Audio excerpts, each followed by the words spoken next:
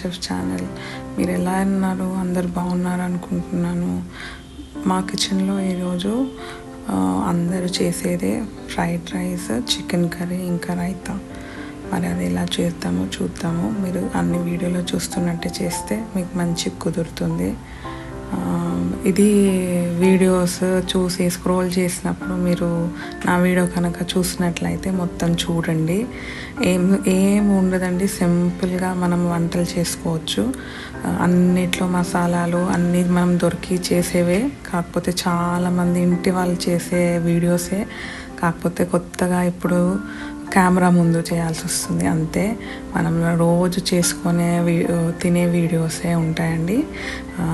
ఉల్లిపాయలు కట్ చేసి అన్నీ చేయడం మన అమ్మవారు, మళ్ళీ తర్వాత ఇంట్లో వంట చేసే వాళ్ళు చేసే రెసిపీసే ఉంటాయి. కాకపోతే ఈ మధ్య కాలంలో దాన్ని వీడియో ముందు రికార్డ్ చేసి అందరు చూస్తున్నారు అంతే తప్ప అందరికీ వంట వచ్చే ఉంటుంది.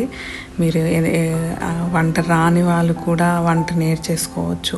ఆ లాజిక్ ఒక్కటి దొరికింది మనకి, ఎలా చేయాలనేది ఉందనుకోండి, ఎవరైనా వంటలు సరే చాలా బాగా చేసేయగలుగుతారు.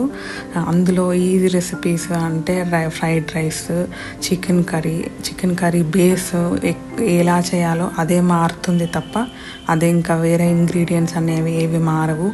గ్రేవీ కావాలనుకుంటే మీరు ఏం చేయాలి, ఫ్రై కావాలంటే మీరు ఏది వేయాలి అదే ఉంటుంది తప్ప ఇంకేం ఉండదు. గ్రేవీ ఇప్పుడు ఈరోజు మేము చేసేది గ్రేవీ కన్సిస్టెన్సీలో కావాలి కాబట్టి దాంట్లో నేను ఉల్లిపాయలు వేసి, టమాటాలు, క్యాష్యూ లేదు కాబట్టి ఇంకా మన అందరి ఇంట్లో క్యాష్యూ ఉండదు, దొరకపట్లేదు అంటే కొన్ని నువ్వులు వేయండి. నువ్వులు వేసి దాన్ని మంచిగా పేస్ట్ చేశారనుకోండి, ఉడకబెట్టేసి అది గ్రేవీ పేస్ట్ లాగా అవుతుంది. దాన్ని మంచిగా ఉడకబెట్టేసి దాంట్లో మనం మసాలాలన్నీ వేసేసామనుకోండి, అది మంచి చికెన్ గ్రేవీలాగా తయారవుతుంది. ఇప్పుడు ప్యాన్లో నూనె వేసుకొని యథావిధిగా ఉల్లిపాయలు వేసి, పచ్చిమిరపకాయలు వేసి దాన్ని ఉడకనిచ్చిన తర్వాత గరం మసాలా అన్నీ వేసేసి దాన్ని మనం చేసామనుకోండి, చాలా బాగా కుదురుతుంది. మనము అనుకుంటాము వంట అంటే ఎంతో ఇంకేం చేయాలో ఏంటి అని, అది చాలా సింపుల్గా చేసేసుకోవచ్చు. ఈ ముందు వీడియోస్లో నేను బ్యాక్గ్రౌండ్లో ఇది అలా ఉందని కొన్ని కమెంట్స్ పెట్టారు. మేడం కొంచెం ఇలా చూపించండి, మాకు క్లియర్ కనిపిస్తుంది, మీరు మాట్లాడండి అని. నాకు ఇవన్నీ కొత్త అండి, నేను ఎప్పుడు మాట్లాడలేదు, మ్యూజిక్ పెట్టేసేదాన్ని. మీరు మాట్లాడితే బాగుంటుంది అని అడిగారు కాబట్టి నేను మాట్లాడుతున్నాను. మీరు ఎలా ఉందో ఈ వీడియో చూసి చెప్పండి. మాట్లాడాలా, మ్యూజిక్ పెట్టేస్తే సరిపోతుందా, మరి ఎలా ఉంటుంది ఏంటిది అనేది మీరు యూస్ చెప్పి కమెంట్స్లో అయినా చూసి మాకు చెప్పండి. ఈరోజు అయితే చికెన్ కర్రీలో గరం మసాలా వేసిన తర్వాత అది వేగిన తర్వాత అల్లం వెల్లిపాయ పేస్ట్ వేసేసి చికెన్ని మంచి ఇప్పుడు మళ్ళీ చికెన్ చేస్తున్నారు, బర్డ్ ఫ్లూ వస్తుంది అనుకుంటారు. ఏది అలాంటి ఏం ఉండవండి. కోవిడ్ టైంలో మనం ఏం చేసాము, అన్నీ తెచ్చుకొని కూరగాయలని కానీ ఏది వచ్చినా బయట నుంచి మంచి వేడి నీళ్ళలో కడిగేసి మన చేతులు కడుక్కొని వాటిని మంచిగా ప్రిపేర్ చేసుకున్నాం కదా, అది మనం జీవితాంతం చేస్తున్నాం అనుకోండి, మనకి ఎలాంటి రోగాలు రావు, ఇంకేది ఏం ఉండదు అనమాట. చికెన్ని మనం బాగా ఉడకబెట్టేసుకుంటాం కాబట్టి దాంట్లో ఉన్నాయి అన్నీ చచ్చిపోతాయి. మనం ఉడకబెట్టకుండా ఉండే చికెన్ రెసిపీస్ ఉంటాయి చూడండి, అవి అవాయిడ్ చేస్తే సరిపోతుంది. ఇది మనం బాగా నిప్పు మీద ఉడకబెడతాం కాబట్టి దాంట్లో ఉన్న క్రిములు అన్నీ చనిపోతాయి కాబట్టి మనకు ఎలాంటి బర్డ్ ఫ్లూ అట్లాంటివి మనకు సోకవు. ఇందులో ఇప్పుడు చికెన్ ఉడికిన తర్వాత మనము ముందుగా గ్రైండ్ చేసి పెట్టుకున్న పేస్ట్ని వేసేసేయాలి. వేసేసిన తర్వాత దాంట్లో ఉప్పు, కారము, పసుపు, తర్వాత ధనియాల పొడి, ఈ మసాలాలన్నీ వేసేసి మనము చేసుకుంటే సరిపోతుంది. నేను అన్ని డిస్క్రిప్షన్ బాక్స్లో ఇచ్చాను, దాన్ని చూసుకొని చేసుకుంటే సరిపోతుంది. మళ్ళీ మీరు ఫుడ్ కలర్ వాడుతున్న వాళ్ళైతే సరే, చికెన్ ఇలా ఉంది మాకు కంటికి మంచి కనిపించాలా అని అంటే మీరు ఫుడ్ కలర్ బదులుగా ఒక బీట్రూట్ని గ్రేట్ చేసేసి దాన్ని జ్యూస్ తీసారనుకోండి, మీకు ఈ చికెన్లో యాడ్ చేశారనుకోండి, ఆ చికెన్ కలర్ అనేది మనకు హోటల్లో ఇచ్చే కలర్ లానే వస్తుంది. నేను ట్రై చేస్తున్నాను కాబట్టి చెప్తున్నాను. మా ఇంట్లో చిన్నపిల్లలు ఉన్నారు, వాళ్ళకి ఫుడ్ కలర్ కానీ ఇట్లా అలాంటివి అన్నీ వేస్తే బాగుండదు కాబట్టి నేను ఇందులో ఒక 1/2 కప్ బీట్రూట్ జ్యూస్ వాడాను. అది ఫ్లేవర్కి ఏం దిగదండి, చికెన్ ఫ్లేవరే ఉంటుంది.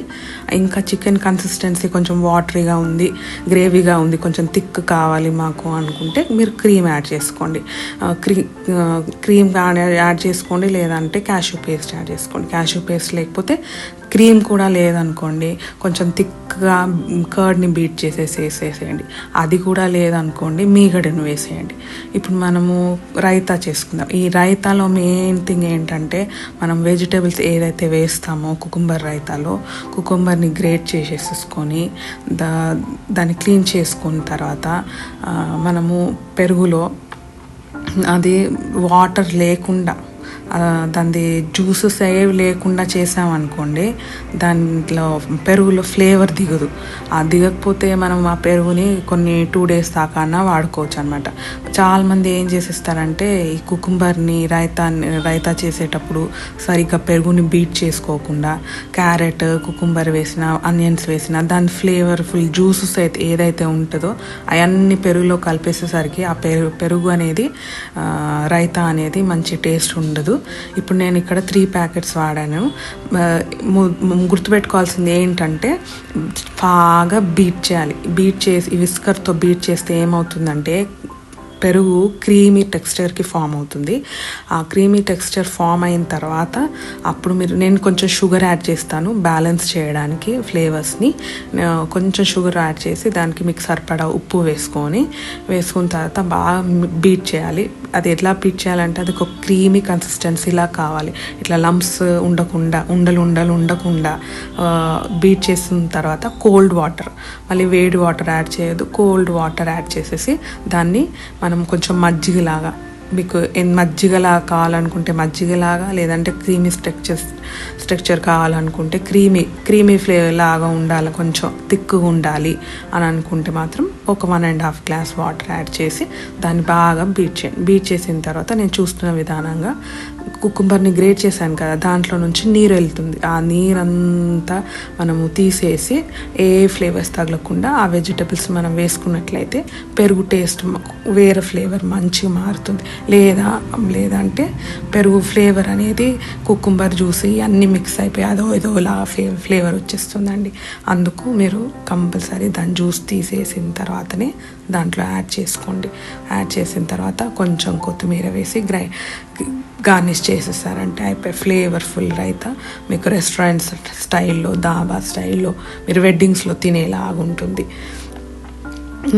ఇంకేమి ఈ రెసిపీస్ నేను ఈరోజు చేసిన రీజన్ ఏంటి అంటే, నేను ప్రతిరోజు చేసే వీడియోసే.